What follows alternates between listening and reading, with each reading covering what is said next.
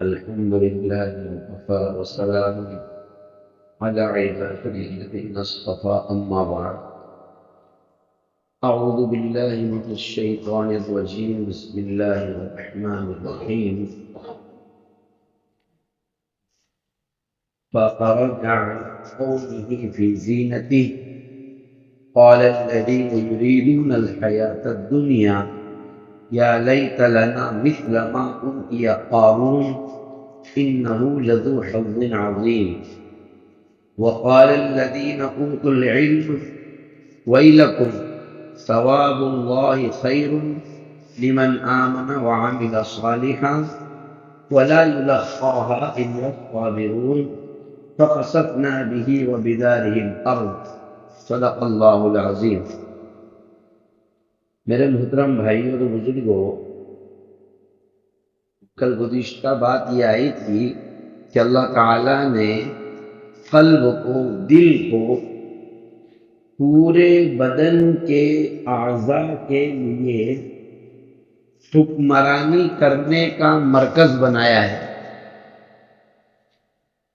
اور نبی اکرم صلی اللہ علیہ وسلم نے ایک حدیث میں ارشاد فرمایا کہ اللہ فرماتا ہے انا عند عبدی ظنی بی، میں اپنے بندے کے ساتھ وہ گمان کرتا، وہ عمل کرتا ہوں جو بندہ میرے ساتھ گمان کرتا ہے.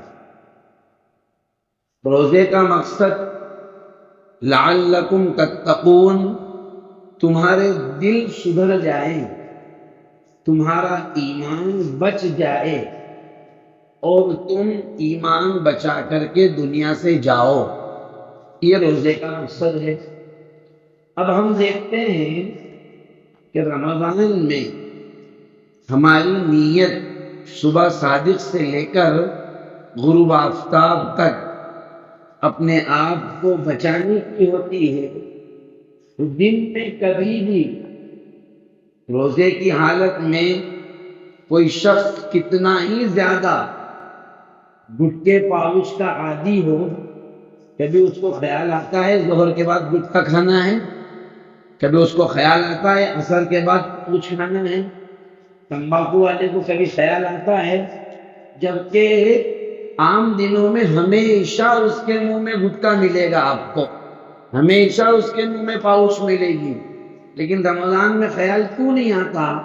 اس لیے کہ اس نے اللہ تعالی سے یہ گمان کیا، اس نے نیت یہ کی کہ اے اللہ ابھی صبح سے لے کر شام تک مجھے تو اس سے بچا لے.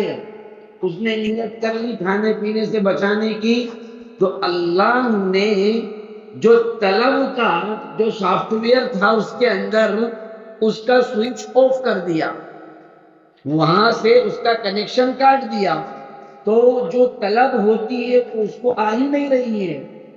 بلکہ اگر کسی کو وہ کھاتے ہوئے دیکھ رہا ہے تو اس سے کیا کہہ رہا ہے؟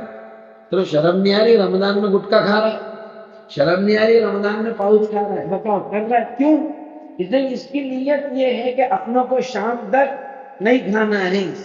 لیکن جیسے ہی شام ہوئی، افطار ہوئی، ہماری مسجدوں میں اذان کے 10 منٹ کے بعد جماعت کھڑی ہوتی ہے، تو وہ بھجیے پاپڑ کھانے میں 3 منٹ لگائے گا اور اگلے 7 منٹ گٹکے کو دے گا. وہ کیوں؟ اس لیے کہ جو اس کی نیت تھی اس کا سوئچ آن ہو گیا ہے، تو طلب ایک دم سے ابھر کر کے آ گئی.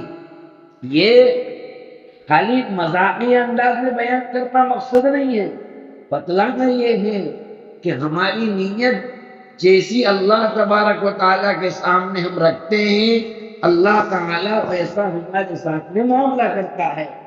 اور روزہ کہیں کے لیے ایمان کو بچانے کے لیے.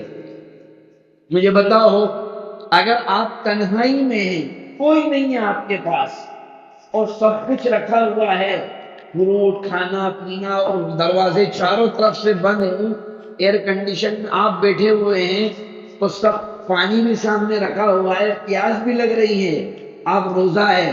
کبھی دیکھا کسی بندے کو؟ تو کون دیکھ رہا ہے؟ پیٹ والوں. بتاؤ کیوں نہیں پیتے ہیں؟ اللہ کا خوف اور دل کے اندر یہ بات کہ یار میں روزہ ہوں، اگر کھا پی لیا تو میرا روزہ ٹوٹ جائے گا، میرا اللہ ناراض ہو جائے گا۔ بتاؤ اسی لیے تو کرتا ہے۔ آپ اگر مارکیٹ میں ہو کوئی آپ کو یوں کہے کہ میں آپ کو 50,000 روپے دوں گا، 50,000 روپے رکھو، ایک گلاس پانی پی کر روزہ توڑ دو، تو آپ کیا کریں گے؟ ایک دیں گے اس کو پوچھ کر ہم کو بکاؤ سمجھ لیا ہے کیا؟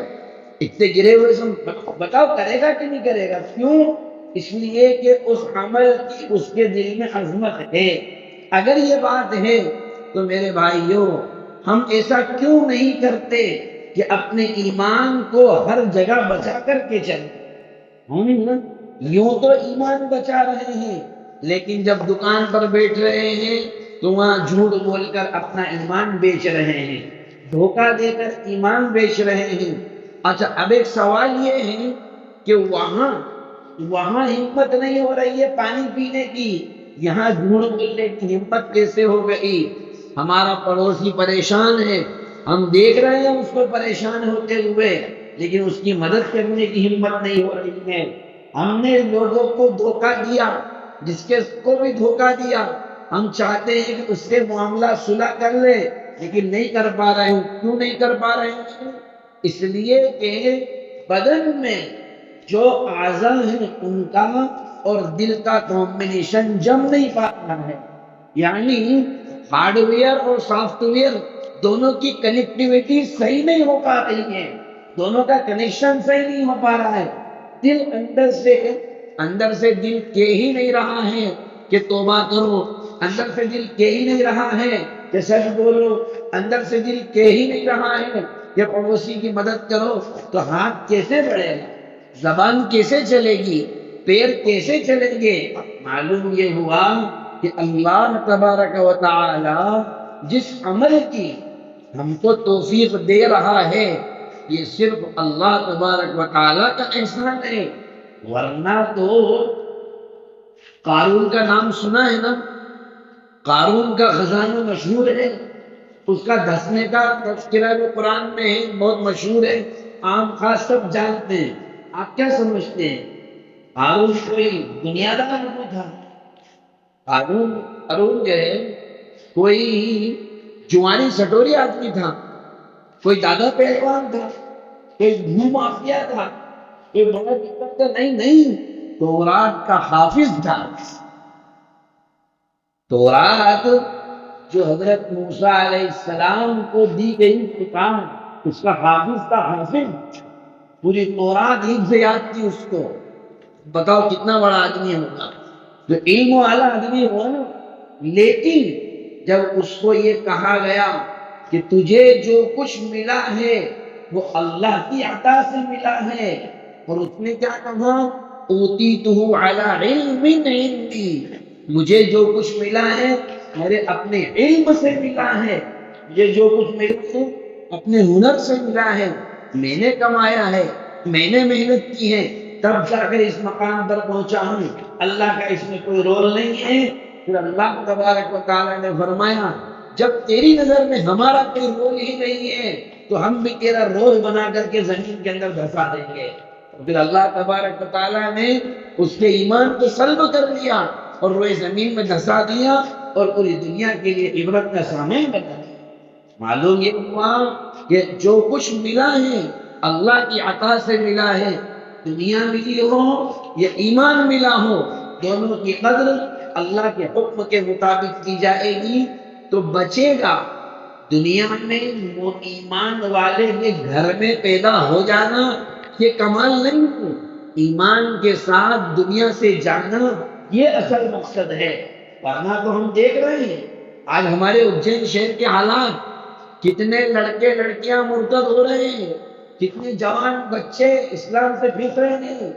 صورتحال اتنی خطرناک ہو گئی ہے کہ ہمارے نوجوان نسل دنیا کمانے کے چکر میں ایک دوسرے کو مسلمان کو سلام نہیں کر رہے ہیں بلکہ غیر مسلموں کے نعرے سے یاد کر رہے ہیں۔ کیوں؟